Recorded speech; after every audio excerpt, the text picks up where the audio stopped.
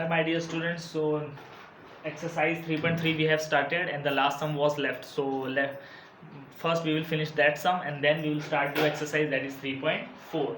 Okay, तो last sum कर लेते हैं. I have written the question. Chord AB congruent to chord CD. These chords are given which are intersecting each other. So two chords are given and we have to prove that these are small one AC and BD are congruent. Okay, the most important theorem in this exercise was congruent chord has congruent intercepted arc. मतलब chord अगर congruent है तो उनका जो intercepted arc होगा पीछे वो भी क्या होगा, इक्वल होगा, congruent होगा. तो वही इसमें हेल्पफुल है. सबसे पहले तो हम यही लिखेंगे कि chord AB congruent to chord CD. Okay, given. फिर उसके बाद आप ये लिख सकते हो कि chord AB कॉन्ग्रेंट है CD के, तो AB की इंटरसेप्टेड आर्क कौन सी है, ACB. This is the intercepted arc ACB जो उसके पीछे आएगा, तो that is arc ACB. And for CD it is DBC और you can write CBD.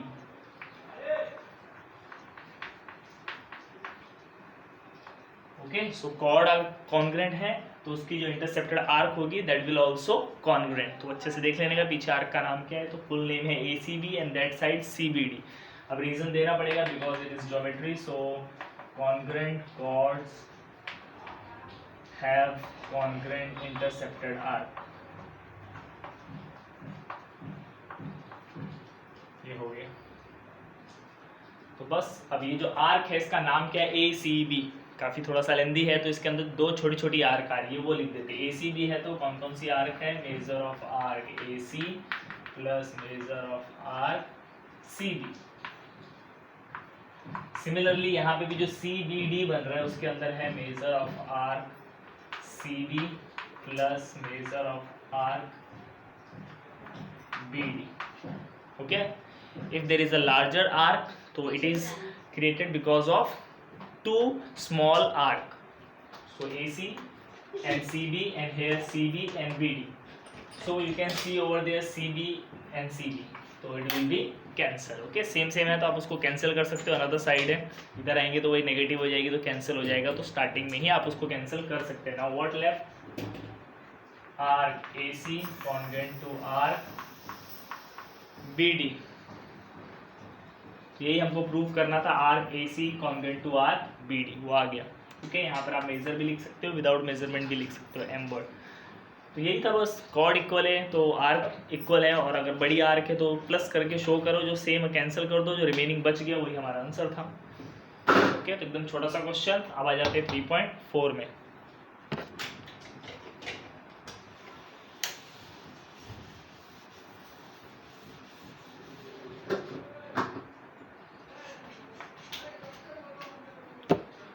So now exercise 3.4. इसमें भी एक डायग्राम दिया है और ये कुछ प्रूफ वगैरह नहीं करना है. यहाँ पर कुछ वैल्यूज़ है जो हमको फाइंड आउट करनी है, तो बहुत इजीली फाइंड आउट कर सकते हैं. गिवन में क्या दिया है, यहाँ पर कोई मेजरमेंट नहीं दिया हुआ है लेकिन पूछे मेजरमेंट है. ओके, वैल्यू चाहिए, डिग्रीज में आएगा. So what is given, AB congruent to और equal to radius. This is AB और ये बोलते हैं रेडियस के इक्वल है. अब ये भी रेडियस है और ये भी रेडियस है ना. जो भी सेंटर पॉइंट से सर्कल तक होता है, the line which is drawn from centre point two the circle, वो क्या होते हैं, सेम ही होते हैं, उनको हम रेडियस बोलते हैं. तो ये इसके इक्वल है तो ये भी तो रेडियस है. तो सबसे पहले तो हम ये लिखेंगे कि गिवन में क्या दिया है, AB इक्वल टू रेडियस. ये गिवन में तो लिख देने का, therefore triangle AOB is an equilateral triangle. Okay, क्योंकि तीनों साइड इक्वल हो गई. दो दी थी लेकिन सेकंड वन भी रेडियस ही थी, थर्ड वन जो थी वो भी रेडियस, तो फिर सब इक्वल हो गए. तो ऑल इक्वल होंगे तो इक्विलैटरल ट्रायंगल. और इक्विलैटरल ट्रायंगल के हर एक एंगल का मेजरमेंट कितना होता है, 60 डिग्री. अब यहाँ पर देखते हैं कौन सा इनको फाइंड आउट करना है. यहाँ पे लिख लेते हैं 60. ओके, तीनों साइड में लिख सकते हो 60, लेकिन वहीं पर वो फाइंड आउट करने के लिए बोला, जैसे कि एंगल AOB वही पूछा है वो लोग ने, तो डायरेक्टली लिख सकते हो, therefore angle AOB is equal to 60 degree. क्या लिखने का, angle of equilateral triangle. Okay, reason लिख सकते हो, ऊपर भी हमने लिखा है इक्विलैटरल ट्रायंगल उसी का एंगल है तो 60 डिग्री रहेगा ना, सब 60 होते हैं. अब ये 60 है और क्या पूछा है ACB, जो पीछे वाला एंगल है वो भी पूछा है ACB। तो ये मैंने पहले भी बताया था, आई हैव टोल्ड अर्लियर कि अगर सेंटर पॉइंट पे कोई एंगल बनता है, if the angle is drawn on centre point that is called central angle, तो वो इक्वल होता है आर्क के।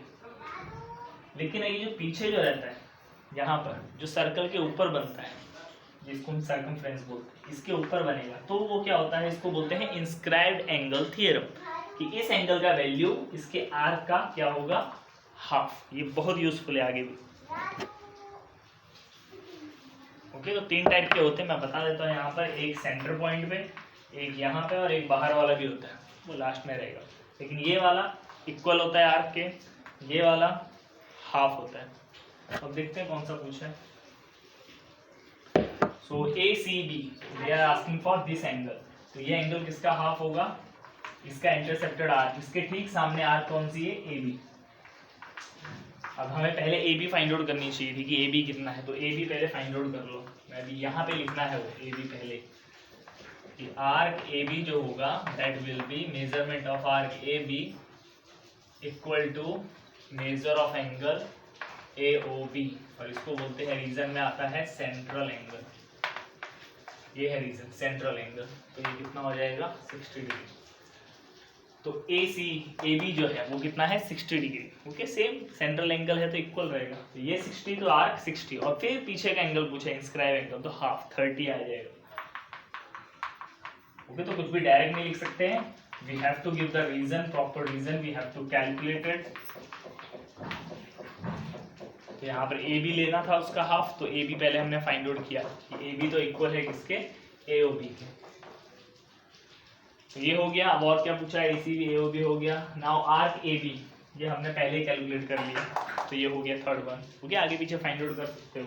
और लास्ट में है आर्क ACB, ये पीछे वाली arc, this one the larger one, एकदम लार्ज रहेगी, इसको मेजर आर्क भी बोलते हैं, जो काफ़ी बड़ी होती है, मोर देन 180 डिग्री, मतलब हाफ सर्कल से भी आगे चली जाए। तो वो फाइंड आउट करना बहुत सिंपल है, क्योंकि देखो सर्कल ऐसे है, छोटी सी आर्क जो है वो हम कैलकुलेट कर चुके हैं, दैट इज AB, वो दी है 60। अब आपको बड़ी वाली आर्क पूछ रहे हैं, तो होल सर्कल का मेजरमेंट क्या होता है, measurement of the whole circle is 360 degree and one of the measurement of the arc is 60। तो सेकंड वन का कितना होगा, जस्ट सब्ट्रैक्टेड, तो करते हैं माइनस। ओके, कभी भी स्मॉल वन दिया, लार्जर पूछा, 360 में से minus, so they have asked for arc ACB, so that will be 360 minus, first of all you can write the name of the arc which is AB, so 360 minus 60 कितना हो जाएगा 300, तो ये है उसका मेजरमेंट, 300 आएगा। हो गया। ओके, ये आर्क 360 और ये पूछी थी मेरी बड़ी वाली लार्जर वन, तो वो 360 में से माइनस 300 आ गया। Finish question number first. Second पे आ जाते हैं।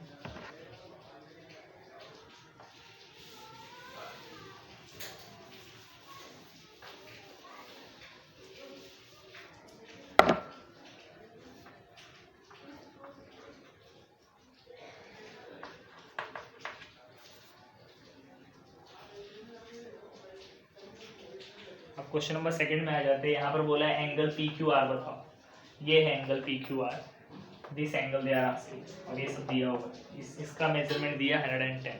अब इसमें एक और चीज़ भी दी थी, one more thing is given in this question, वो I haven't written over there, that was कि ये जो इसके अंदर क्वाड्रिलेटरल है, ये जो क्वाड्रिलेटरल बना है PQRS, ये साइक्लिक क्वाड्रिलेटरल है, मतलब सर्कल के अंदर बन रहा है, तो that is called cyclic quadrilateral. तो साइक्लिक क्वाड्रिलेटरल की भी एक इंपॉर्टेंट चीज़ है कि उसके अपोजिट एंगल जो होते हैं उनका टोटल 180 होता है, मतलब कि S और Q का टोटल कितना रहेगा 180। अब एक एंगल हमें मालूम है 110, तो दूसरा कितना होगा -180 में से, तो ये चीज़ याद रखो।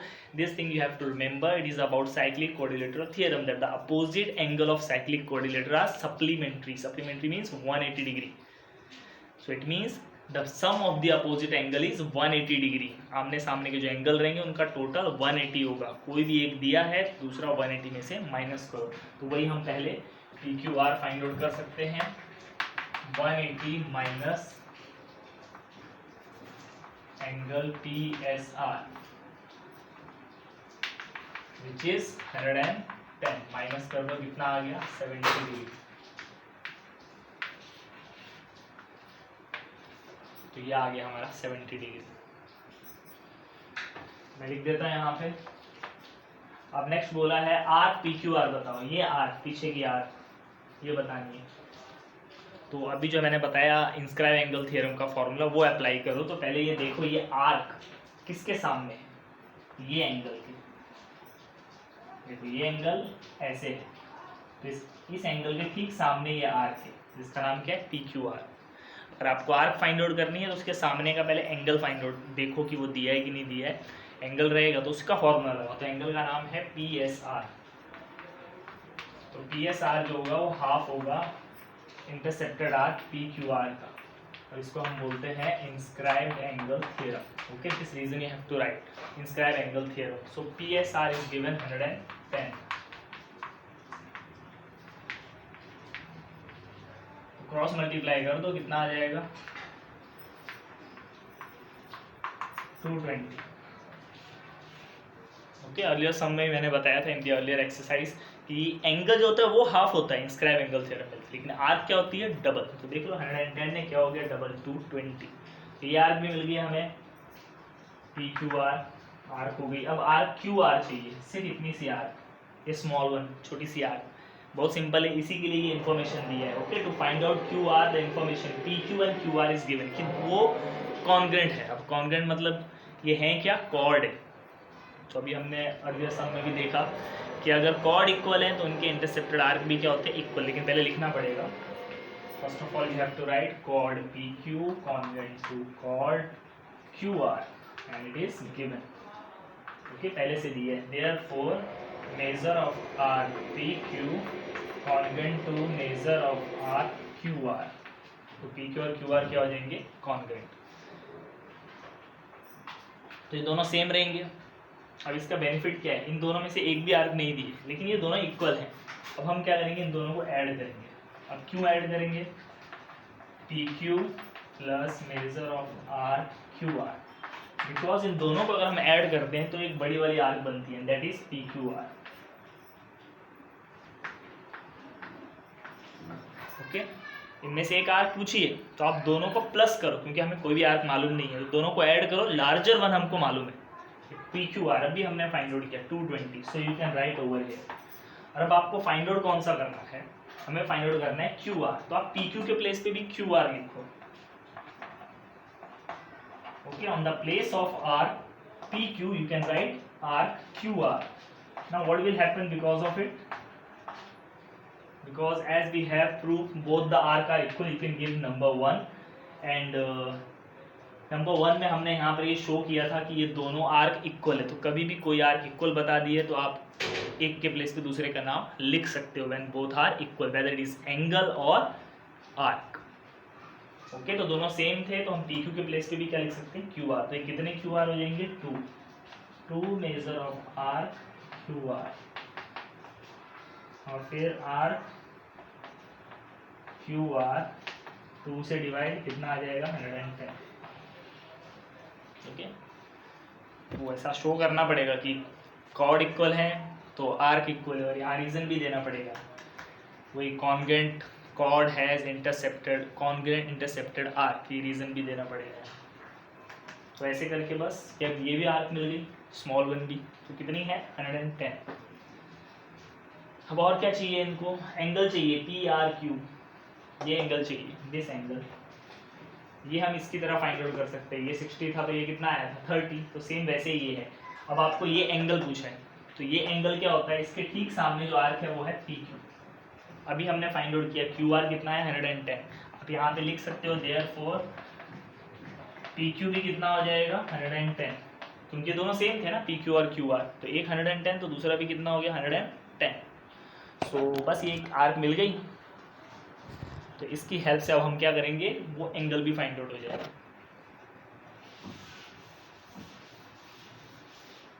ओके, कौन सा एंगल चाहिए P R Q, P R Q. तो क्या ले लो half of arc P Q.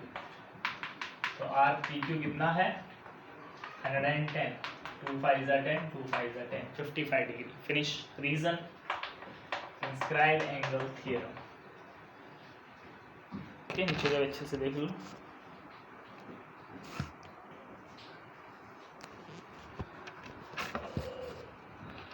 So till then bye bye, अच्छे से कर लो ये।